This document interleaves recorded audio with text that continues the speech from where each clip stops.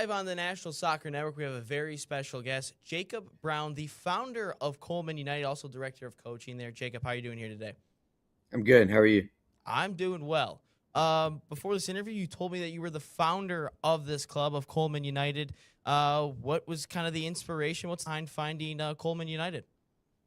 So I went to school in Coleman. I grew up here, and I went off to college, and I came back in 2013. And one of the things I knew as a kid was I had to go to Huntsville to play club soccer, and Coleman did not have a club here. So in 2013, I decided to start my own club. Started with just 20 kids, and from there, over the last 12 years, we've grown it from 20 kids to about 1,000 kids. So it's been a pretty pretty wild ride for the last 12 years. How far is Coleman to Huntsville? We're about 50 minutes away. We're right in the middle of Huntsville and Birmingham, so 50 minutes or an hour, both directions. So how far like so how many times did your parents you have to make that drive every single day or every single We week would rather? three times a week for practices, and then the games, obviously, Ooh. for the weekend, Saturday, Sunday. So you're looking at 4 or 5 times a week. Oh wow, that's crazy. So like, Yeah. do you guys have a good community backing and all that fun stuff? Now, yeah, of course, we do. We're the only club in town. If you want to play soccer in Coleman County, you come to Coleman United. Um, I feel like we have pretty good support. I don't feel like we would have grown to as large as we are without the support of everybody.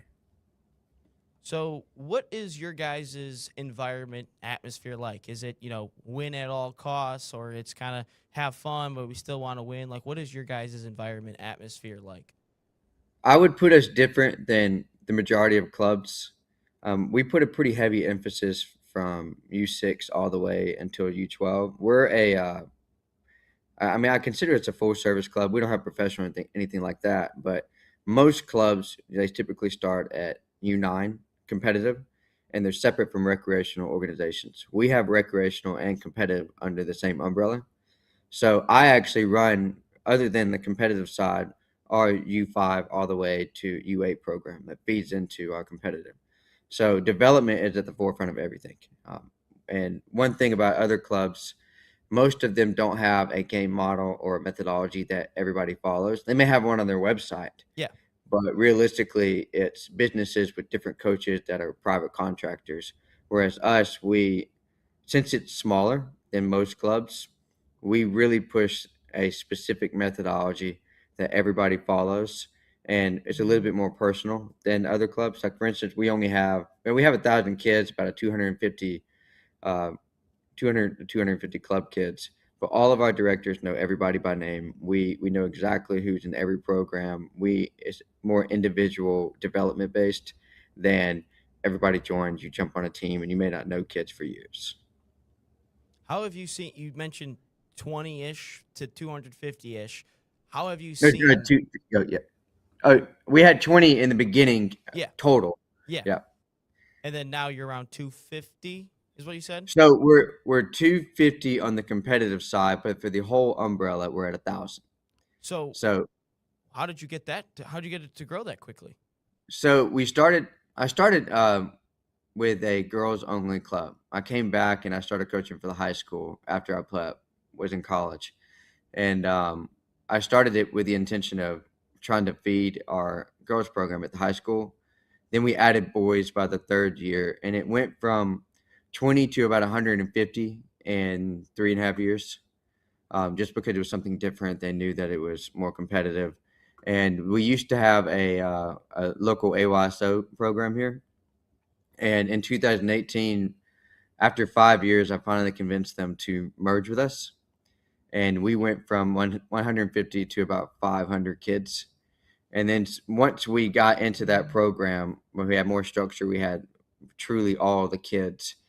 We changed a lot of things from that recreational organization. We've made everything fluid, everything working together. And since 2018, we've doubled our numbers to where now we're at about 1,000. So the competitive side, yeah, it's only 250, but we only make teams that we know will be competitive. We're not out here to make as many teams as possible. We want to make sure that everybody follows the pathway that fits their particular goals. Hmm, I like that. So if a team where I forgot what coach I had a conversation with this with, but she mentioned that they want teams that like if a team is blowing out a team, they don't want to just continue to keep that team, that specific team in the league. They want to challenge and be competitive. So are you guys trying to challenge your teams all the time, be then like in terms of their competitiveness? Oh yeah, we it could be something as different as playing them up in age, playing them in higher brackets, stuff like that. But one thing that I personally do, my eldest daughter is she just started club this year, and what I actually do that's different than everybody else is I've got 20 kids in my pool of 2017 girls. Most people or most clubs are going to separate the two teams. They're going to give each one of them a coach. They do whatever they want. Whereas us, we keep them together. We practice them together. And since our top team is so good, well, I almost rarely play them all together. I Mhm. mix them up depending on the opponent. So what they'll normally do is they'll play. We always play 2 games in a weekend for our Yeah. play dates. The first play date, we make sure they play a really hard team. Best kids are together. And the second team of the day, we mix them up to where every game is around 5-3, 4-5. Um, I don't really care about wins and losses. I just want a competitive environment. So that's how we do that. And then for our younger kids, they're getting to play. Like most of our younger kids are actually playing up here. So with them mixed in with the older kids, it's giving them that challenge and doing things of that nature. If that makes sense. Yeah, I got it. And obviously, you guys are Alabama. And when I think of the state of Alabama, I'm not thinking soccer. I'm thinking Roll Tide, War Eagle.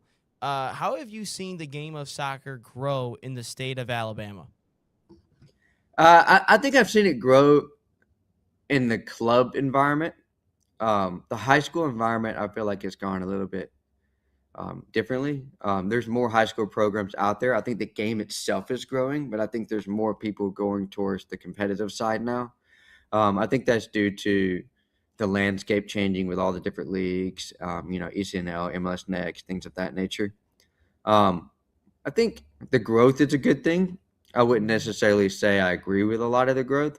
I do think there's too many leagues out there, I would but agree. so I mean, I would like to see a little bit more unity. But just from, I mean, obviously our own hometown, um, even with our combined numbers back in the day, there really was only 400 or 500 kids playing Coleman. Now we've doubled that, and it used to actually only be the fall, but now it's fall and spring.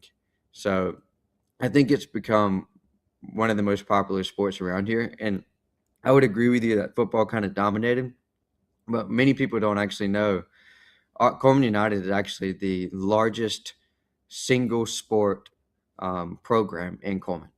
So, uh, the largest nonprofit single sport program, other than the city itself. But the Yeah. city itself has multiple sports. It's not just one sport.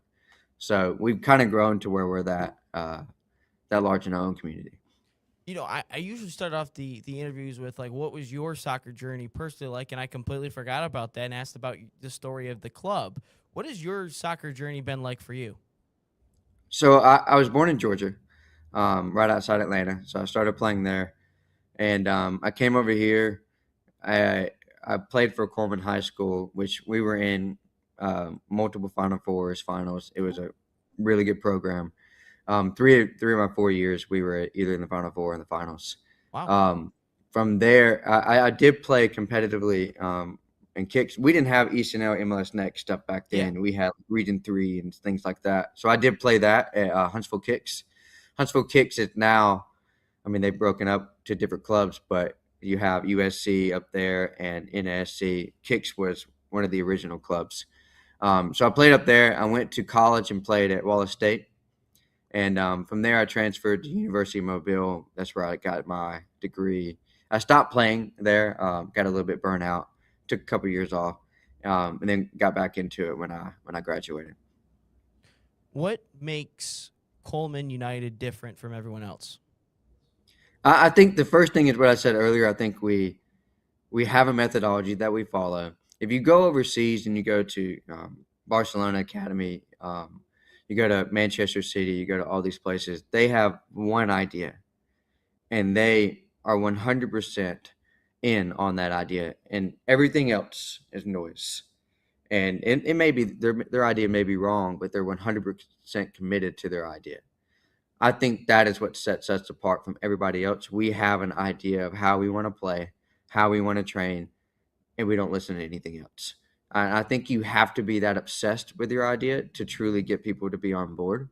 I think when you go from a coach that believes in one type of system to another coach that had another type of system, a different methodology, where while it's good to see different environments, there is benefits to that. But if it's like every other year, Yeah. you're hindering their kids. Hmm. Um, it's like just something as simple as terminology. When that changes every other year, it's very confusing for kids, especially at the younger ages. So that's the first thing that separates us. The second thing that I would say really separates us is I feel like we are, everybody says it, but we are truly kids first, player development first. We keep our costs as low as possible. We're the cheapest full service club in Alabama that I'm aware of. I could be wrong, but from the ones I know we are cheaper, and everything that we bring in on fees goes right back into the club. And we've never allowed finances to prevent people from playing and Yeah. things of that nature. And I know a lot of other clubs do that. I'm not saying they don't, but keeping the fees of youth soccer have obviously increased dramatically over the last 10, 15 years, and that's something that we've been very aware of to keep low. If you want a kid from the that enters Coleman United as early as it possibly can, and then make his or her way to the very end, the high school ages, what are a couple things that you would want that kid, girl or boy, to kind of some life lessons or maybe some certain things that you would want them to learn on their way from their whole process? So I'm actually experiencing this right now. I spent the first, I guess you could say, 10 years coaching everybody else's kids. And now that I'm coaching my own kids, I'm putting into practice what I told those kids over the years in terms of, being decent human beings and all that kind of stuff. So what I say at the field gets Yeah. mirrored back to me at home from my own kids. And my youngest daughter is 5.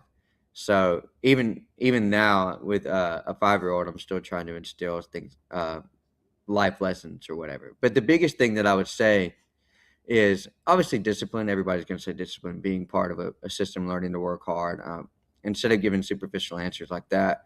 I think the other one would be uh, being a good teammate and learning how to. Let me back up a little bit. This is one that I think is huge, that I feel like gets kind of glossed over by a lot of people.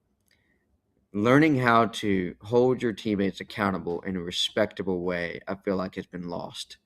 If you look at most people nowadays, when your teammate does something wrong and they're 15, 16, 17 years old, they're yelling at them, they're cussing at each other, there's Yeah. friendships are ruined, stuff like that.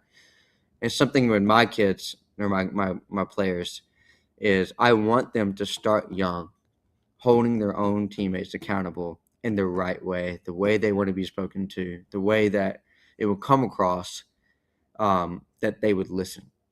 I feel like nobody did that for me as a kid. And to be honest, I didn't do that for my own teams 6, 7 years ago, something that I started doing probably in the past 5 years or so. Just because of the problems that I saw uh, as they got older, they were still, hateful and all that kind of stuff. And I think the world that we live in, um, not to get philosophical on you, it's very divisive now versus where it was 10 Yeah. years ago. And I think we as coaches, as leaders, we need to start young and building kids up and showing that unity is not just a buzzword. Accountability is not something that has to be seen in a negative light. But that's the number one thing that I want them to truly have. What's it like coaching your kids? Oh, it's horrible. It's absolutely horrible. No, I'm My just dad kidding. probably would say the same thing. So it's a love hate relationship with it. It's you love it because you get to spend a lot of time with the kids, and you love it because every coach dad out there believes that they can do better than anybody else as far as developing their own child. So, which can be a good and a bad thing. It's good in the sense that you provide things that another coach is not going to give them, such as more one-on-one time. It's bad in the sense that you're the one person in their entire life that they really don't want to listen to.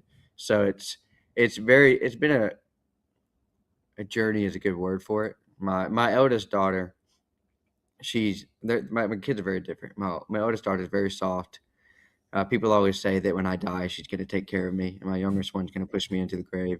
But my eldest daughter she's her name is Harper. She definitely pushes me to be better as a dad and as a coach because she's a little bit frustrating. But my youngest daughter is one of those kids that everybody wants to coach.